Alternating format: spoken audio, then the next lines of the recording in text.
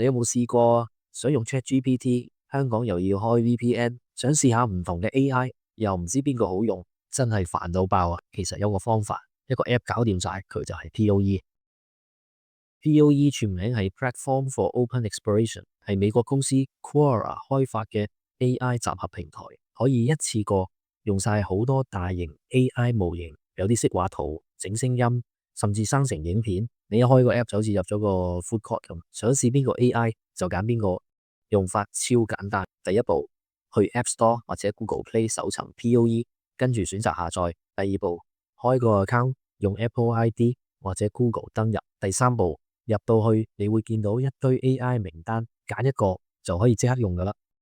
POE 嘅使用機制係點數消耗制，每次你問一條問題咧，就會用一定點數。想知每個 AI 用幾多點，撳入個 AI 名入面嘅 race 就睇到。例如 GPT 咁普通對答大概用200點嘅，而 Gemini 2.5 Flash 畫圖咧就大約1000點嘅。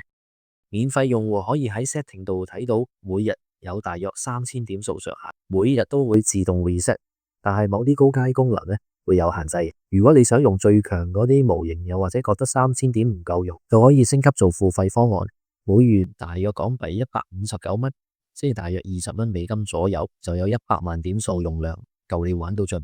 POE 仲一個勁嘅功能就係佢有一個選項，你可以用同一條問題問幾個唔同 AI， 咁你就可以比較邊個 AI 答得最好啦。